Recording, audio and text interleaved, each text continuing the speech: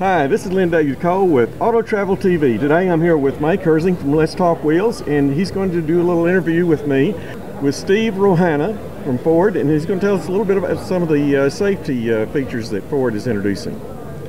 Hi Steve, this is Mike Herzing, and I wanted to ask you, I've never seen a crash test dummy this size. Well, Mike, this is a 6-year-old child dummy, and it's got a special abdomen and pelvis that's newly designed. We've been working in conjunction with the University of Michigan. They've developed the pelvis, we've developed the abdomen. It's a silicone shell with fluid inside, and it's got sensors on it so that we can tell when the abdomen deforms and where the seatbelt is on the abdomen during a crash test. This will hopefully help us improve our restraint systems for children. Well, I know that Ford is really one of the leaders in this child safety thing, and the back seat safety, and you guys have this new inflatable seat belt that really spreads out the load. Now, does this have something to do with that design? This was developed at the same time, but they were not related. The inflatable seatbelt expands in a crash to about 6 to 8 inches, distributes the forces over the chest about 5 times the area, which reduces the pressure, makes it less likely that your lungs or your heart will be injured in a crash.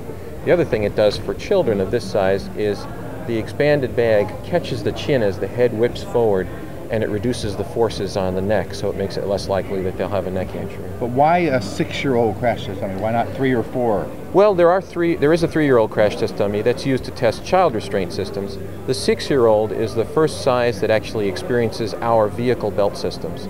And so in order to better develop those and design systems that accommodate both adults and children, we needed to improve the abdomen of this crash test dummy. Yeah, and when I was a parent, which was not too long ago, and my kids were 6, I could not get them in a baby seat. There's no way. Well, my kids were in a booster seat until they were 11. They weren't too happy about it, but they needed to be, because the belt system doesn't necessarily fit a 6-year-old child the way it should. The booster seat raises them up and changes the belt angles and really improves the fit of the belt and makes sure it's in contact with the pelvis, the strongest bone in the body. So we want the lap belt to really be in contact with that bone. So you've been doing this for how many years now? 28 years. 28 years, folks. Great. Well, Steve, can you tell me about when you think this particular technology will be coming online and available to customers? Well, this particular technology will be used by other automotive manufacturers as well as Ford.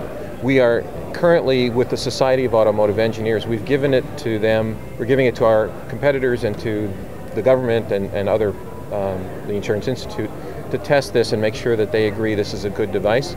It'll take about the next year. It's called a round-robin test of the abdomen and pelvis, and hopefully next year we'll say it's ready to go, and the dummy manufacturers will start to make it available to the industry. I'm going to ask you a different kind of question. Roughly, what does something like this cost to develop and build?